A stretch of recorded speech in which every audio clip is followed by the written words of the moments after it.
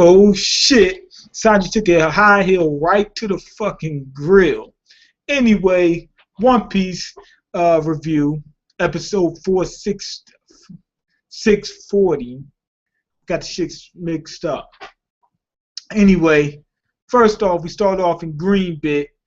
What you call my man Usopp and Robin, they had to go on a little scouting mission to find out what's going on that island because they seen a ship. It was a Navy ship.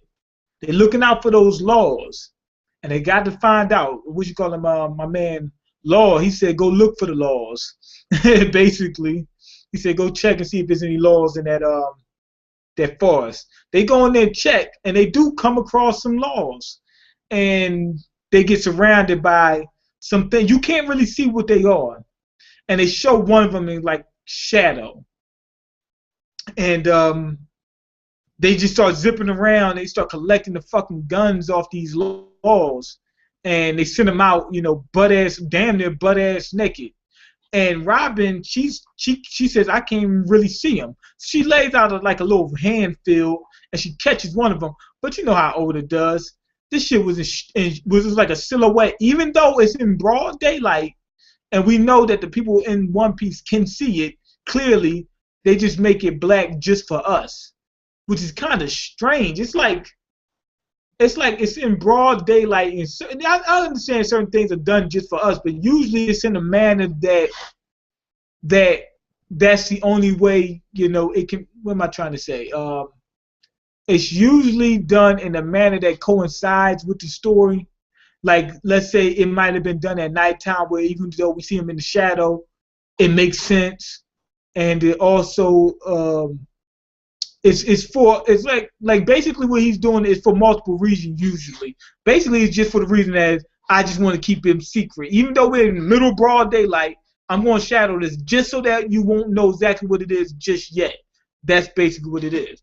Anyway, after that, we cut to who was it? My man Zoro, right? Zoro, he just got into a little scrap with some little dude. Dude slammed the shit out of him. Anyway, they fell. Shit fell right on top of Zoro, and he asked him some questions. What the fuck is going on? The little guy, he's like, oh man, I got caught. Shit, I fucked up. Anytime he fucks up, he gets mad, throws tantrums. It came off a little annoying in the anime, which it really didn't in the manga. I'm thinking that it's really just my bias. You understand? I don't think it's really anything wrong with that.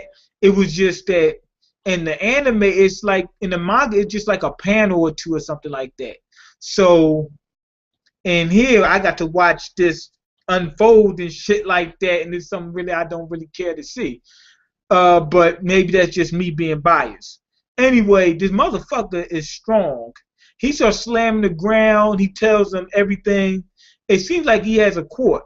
He tells them that things are secret. He's supposed to keep things, hidden on the low. Keep shit on the DL. And he'll sit there and tell you if you ask enough. You ask him twice, he's telling you. So anyway, he kept fucking up, and he starts breaking the ground up. Now, when I say breaking the ground up, he actually took a house down. This motherfucker's pretty strong. But he broke his leg. I mean, he twisted his ankle. I'm trying to figure out, like, if he's that strong, how he twists his ankle. Damn. If he's that strong where he can break houses, you would think he'd be able to fall off that roof without, twisting an ankle. But, that could still happen. I don't know. It just seems unlikely, especially with how small he is, It's like certain things, like when you're small enough, in certain situations, it's harder for you to get broken bones. You understand? It's sort of like you can drop a mouse out of a plane. If it lands in like a grass field or something like that or some dirt, it can survive it. So that's pretty much the case, like with roaches and whatnot. Size, once you get down to a small enough size, sometimes it's actually beneficial in terms of taking injury in certain situations, like falling off that roof. I think that something that strong, that small, should not twist his ankle. But this is One Piece. Boom. Anyway, he also reveals that he's supposed to be keeping an eye on the Don Quixote family. Bing. Anyway, he also reveals that the Don Quixote family got the drop on the Straw Hats and they're getting ready to attack the ship. Zoro's like, yo, that's my crew. And he said, damn, of all the people they could be attacking, they're attacking Brook, Nami, Chopper, and Momonosuke. Now, okay, with the Don Quixote family attacking them, I can understand him saying that about Nami and Momonosuke. Nami's good, she can handle herself, but not against super strong opponents. Brook, he's good, he can handle himself, I think, a little bit better, and he might be able to, hide, or they might not know that he's, just bones or whatever the fuck. But even then, he's not overly strong. I think he's stronger than Nami, but not super strong. He's not on Zoro's level. Chopper's probably the only one that can really, take on a strong opponent if he goes into Monster Point. So that's pretty much the story with that. But even then, it's like he only got a certain amount of time. He'd be the only one fighting on the ship against, a super strong opponent, and he only has a split second to take him out. So yeah, that was probably the for an infiltration of the ship, they were probably the worst crew to be on there. They don't have a powerhouse, They got Chopper, but he's not really a powerhouse. He's just like strong.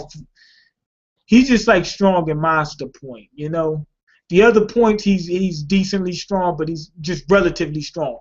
If they'd have had like Frankie, Sanji, Zoro, Luffy, that'd have been all right. They'd have been okay. It's just like, damn, we don't have shit on that ship. Anyway, he takes off running. Here's one weird thing. It was kind of crazy.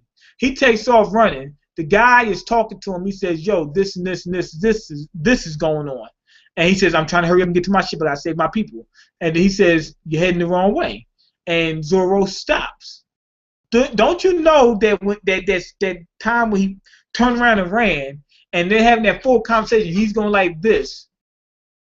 They zoomed out and showed where he was. He was 4 feet away from the guy. That shit didn't make no damn sense. I was like, damn. Like all that running and all that time, and the full conversation went down, and he didn't make it down the street yet. That was kind of weird, but I'll take it at face value. Anyway, he joined up with the Tontada. The Tontada said so we already, being that you see what the small people look like, we know that the guys that was in green bit was Tontadas or dwarves. So he said, I need a lift to the flower fields. I'm twisting my ankle. I need you to carry me there. He says, nah, I can't do it. He said, well, then I'll let you. He said, I'll show you how to get to your ship or whatever. Basically, that's the plan. So Zoro's running with him, and that's pretty much it. Zoro really doesn't know what the fuck he's going. He's getting direction and still is fucking up. Then we cut to Don Chinjo, right? He's getting ready going into the Coliseum. He wants to face Luffy. He's ready to fight somebody outside of the ring because he's so mad that he wants to fight, and he wants to fight Luffy so bad. Anyway, he couldn't find Luffy. Luffy was sitting up there. He was sitting up there on top of one of the columns, watching, peeping from a distance, from a bird's eye view. Comes down and he gets ready into the ring. That was it. That kind of scene was kind of fucked up for the simple fact that it was like, why did we even have that scene? I didn't get it. They were just walking towards the ring and he was mad. We already know he's mad. I don't want to see him walking towards the ring. Anyway, we cut to Sanji, and Violet revealed that she was part of the Don Quixote family, right? She sends a high heel right to this motherfucker's mouth. I know he got a fat ass lip and everything else. That dude's lip is fucked. He's got a fat lip. Anyway, she has powers where she got some kind of eye powers and shit like that, and she can read minds. She does like this. I think she went like this. She turned, god damn, did she turn her hands like, I don't think humans could do this shit. The way she did her hands, my hands can't turn down that much. God damn, I think she went like this. My hands can't turn that fucking much. Damn. I think I just discovered the limit to how much you can twist your elbow and your wrist. But she had, damn, I can't do it at all. I can't go no further than this. But anyways, I think she had the shits like this. But she had it on her eyes. Wait, hold on. Okay, there we go. If I turn it this way, I can get it. Boom. I think she had it like this, but I think she had to turn the other way. But either way, I think she had a shit like this, and she could see into people's brains and read their minds if she does that. Um, Anyway, she passes out. She said, "Damn, this guy is so perverted."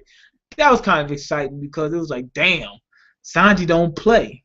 You know, finally gave him something that pervertedness, actually was intriguing in that situation. She read his mind. It was so fucked up that she just like, "Damn, let me take a break. Let me get out this guy's head for a minute." Anyway, Sanji, he doesn't believe that she was evil or whatever. He said, "I think you're being controlled or whatever." He said, "I can tell when a woman's crying whether they're genuine or not." I don't think we ever got an indication that that's actually real, whether he can really do it or not. Maybe down the line we might get a real indication that he could, and then it will make sense. In this situation, it doesn't make sense, but it could just be for comic relief, even though it is a kind of serious situation. But I can take it. It's a comic relief, but he can sense when he got a sixth sense for women. Anyway, I'm gonna go ahead and say this episode. I'm not gonna rate it. Oh fuck! I don't think I had my right camera. God damn! I knew it. Got the wrong camera playing. I mean the wrong microphone on. I knew that. I set this shit up and all that, and then the fucking mic ain't even on. I'm gonna go ahead and give this a I don't know 2.5 out of 5. It had a few events in it, but it was very inconclusive. Like we got the Tontatas. He told us about the ship. We didn't make it to the ship. All we seen was Zoro run. We got little we had little events here and there. It was. I'm not gonna say it was eventful. I guess you could say it was eventful, but everything was so inconclusive. We got the green bit. We see the Tontatas, start snatching people's shit up, and that was it. It's just stopped right there before anything popped off. Luffy and Don Chinjao, they go to enter the ring. We didn't even see him step inside the ring. We just see him walk towards the ring. And then Sanji and his thing like that. That was pretty decent. But like I said, they didn't do shit. She just went to his mind and then found out he was a pervert. So it was very inconclusive. It was something I wouldn't give a fuck about seeing, and somebody could tell me, and I'd just be like, okay, good, But I mean, they did drop a few little tidbits here and there, but nothing overly major, other than we just found out about this new race of dwarves. So people that didn't know about the dwarves, now we've got the dwarves. Now we see that Doflamingo is pretty, even more cynical than we thought before. This guy is pretty well prepared. He's more what am I trying to say? Methodical than we thought. This motherfucker had shit planned. He even know where the Straw Hat ship is. So those are pretty much the only. Oh wait, and then the Sanji thing. Violet. We got a little information about whether she might turn, she might not. Who knows? Is she being really controlled? But really, who gives a fuck? If somebody would have told you about this episode and said this, and this, and this, and this, I think you'd have been fine. We probably could skip this episode and go straight to next week and be fine with it. But pretty much that's it. Go ahead and leave your comments, like the video, and subscribe. Anime and manga means more. Don't just call them little people. Don't call them Tontatas because that's discriminatory. Peace.